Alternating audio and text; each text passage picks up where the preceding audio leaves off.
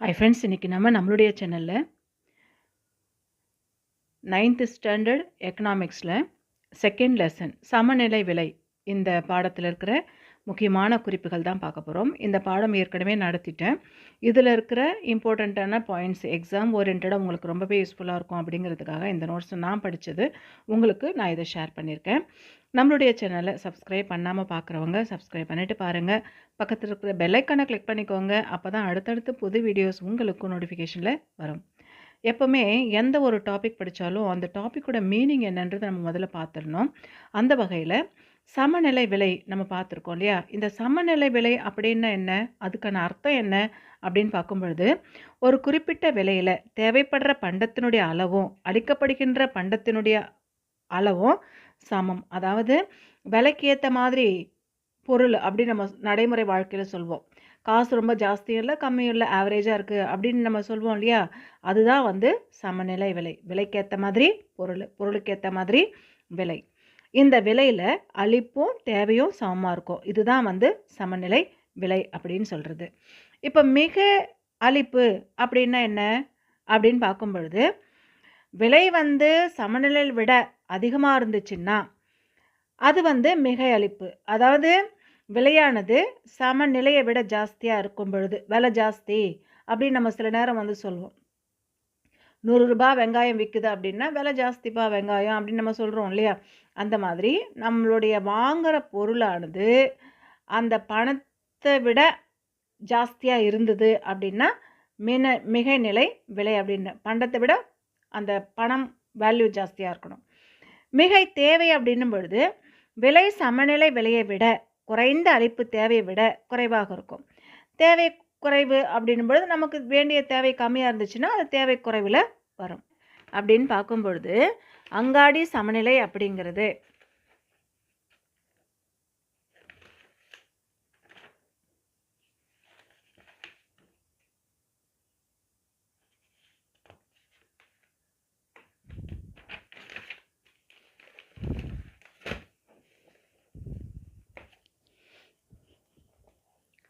அடுத்து அங்காடி சமநிலை இதை பார்த்துடலாம்.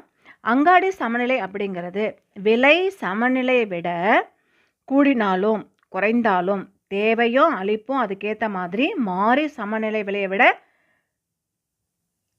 நிலைநிறுத்தும். இதுதான் அங்காடி சமநிலை அப்படின்றது. அதாவது சில நேரம் பொருள் ஜாஸ்தியாக இருக்கும் ஆனால் விலை கம்மியாக இருக்கும். சில நேரம் விலை கம்மியாக இருக்கும் ஆனால் பொருள் ஜாஸ்தியாக வரும்.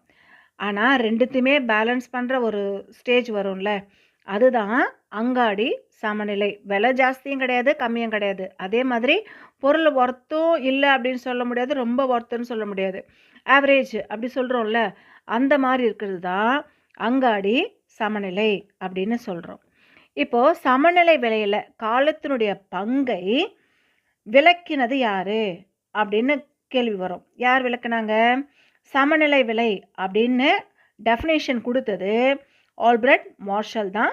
சமநிலை விலைக்கான டெஃபினேஷன் கொடுத்தாரு. இந்த மாதிரி கூட உங்களுக்கு கொஸ்டின்ஸ் வரும். சமநிலை விலையை சொன்னது யார் அப்படின்னா ஆல்பிரட் மார்ஷல் தான் சொல்கிறாரு. அடுத்து ஆல்பிரட் மார்ஷலுடைய காலத்தை 3 பிரிவாக பிரிக்கலாம்.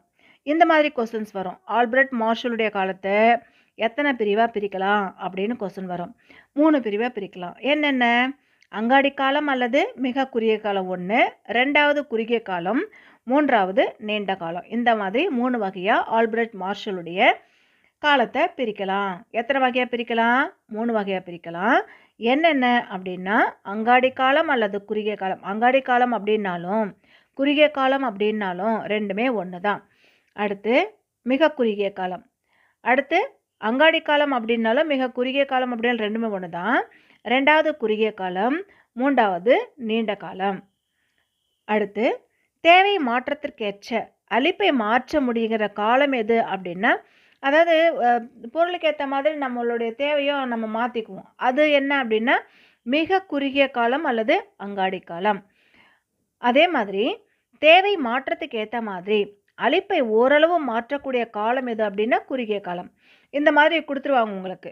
தேவை மாற்றத்துக்கு ஏற்ற மாதிரி அளிப்பை ஓரளவு மாற்றக்கூடிய காலம் எது அப்படின்னு கேட்கும் பொழுது குறுகிய காலம் அப்படின்னு நம்ம எழுதணும்.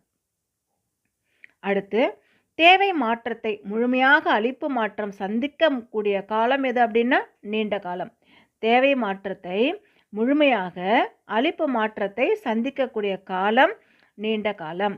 அங்காடி காலத்தில் விலை நிர்ணயம் என்ன அப்படின்னா மிக குறுகிய காலம். இந்த காலத்தில் அளிப்பு நிலையாக இருக்கும். எந்த காலத்தில் அளிப்பு நிலையாக இருக்கும் அப்படின்னா மிக குறுகிய காலத்தில் நிலையாக இருக்கும். அதே மாதிரி தேவைகள் உயரும், அளிப்பு நிலையாக இருக்கிறதுனால விலை ஜாஸ்தியாகிடும். தேவை குறைஞ்சிச்சின்னா விலை குறைஞ்சிரும். எப்போவுமே எந்த ஒரு பொருளாக இருந்தாலும் விலை ஜாஸ்தியாக இருந்தால் நம்ம நிறைய வாங்க மாட்டோம். நமக்கு 1 கிலோ தேவைப்படுது அப்படின்னா விலை கம்மியாக இருந்துச்சுன்னா 2 கிலோ வாங்குவோம். அதே விலை ஜாஸ்தியாக இருந்துச்சுன்னா 1/2 கிலோ வாங்குவோம். அப்புறமா குறைஞ்சிச்சின்னா வாங்கிக்கலாம்.